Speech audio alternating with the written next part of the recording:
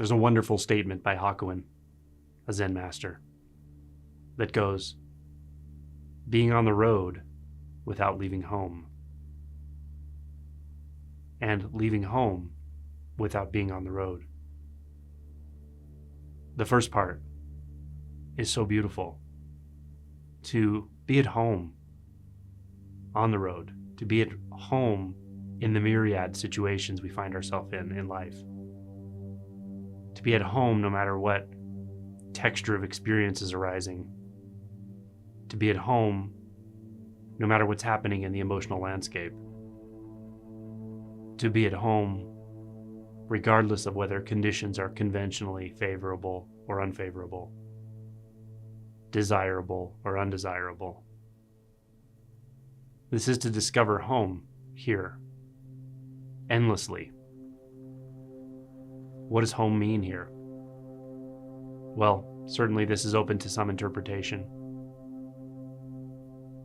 But I might say, home is the realization that there is no other than this. There's no other situation, no other place, no other possibility. There's no external world. There's no space in which things occur, events occur, and so forth. It's completeness in this appearance. There is only this appearance. So we rest here eternally. The resting is intrinsic to eternity, meaning not in time. There's nowhere you could go. The whole idea of where is an afterthought. The idea of before and after, these are afterthoughts. You won't find these in actual experience. So when this is clarified, realized, then one is always at home. There is nothing to seek. The mechanism of seeking, the act of seeking, doesn't actually occur. The experiences of desire and ill will, or desire and aversion, are mere experiences. They're not actually occurring somewhere.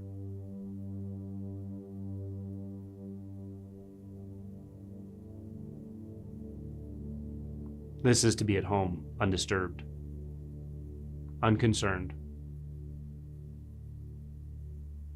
dispassionate,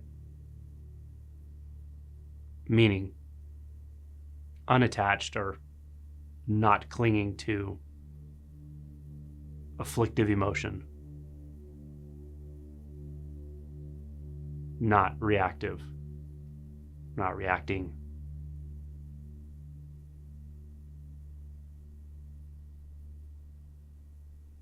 This is peace. This is being on the road without leaving home. The second part, leaving home without being on the road, points to, I might say, or this interpretation would say, the empty nature of all phenomena, the empty nature of all appearance.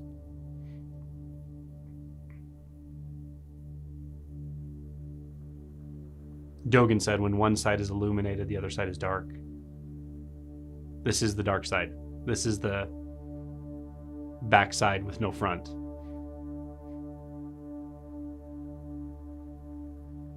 This is the world of paradox.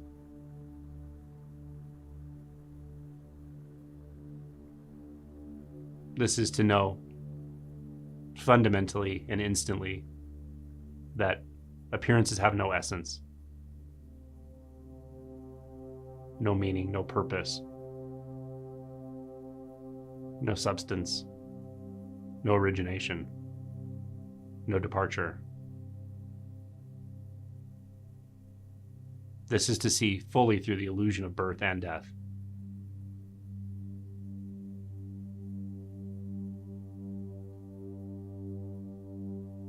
So when these two aspects,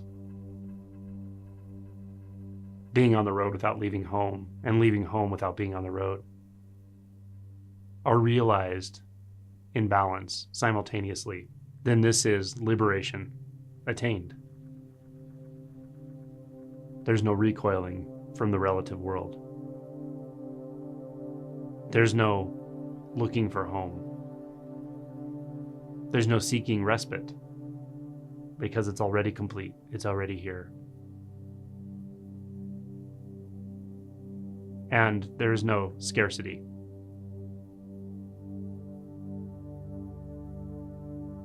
There's no gain or loss.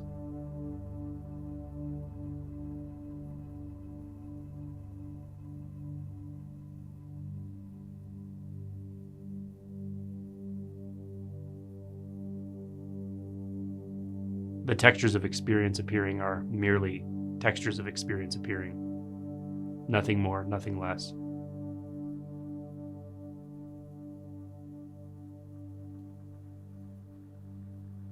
There's nothing and no one for which that's occurring.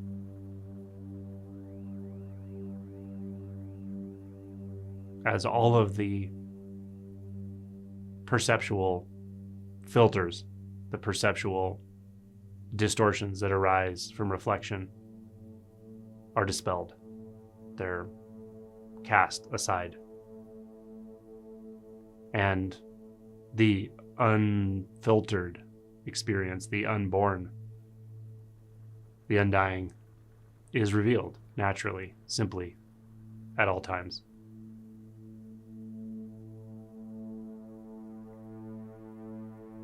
And it's neither fixated in the relative or the absolute. The fixation of relative versus absolute, absolute versus relative, integration versus disintegration, disintegration versus integration, is finally dispelled, which is the most fundamental fixation.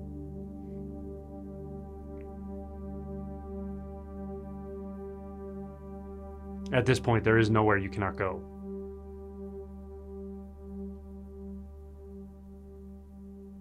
Moving in the relative is no different than moving in the absolute. And moving in the absolute is no different than moving in the relative.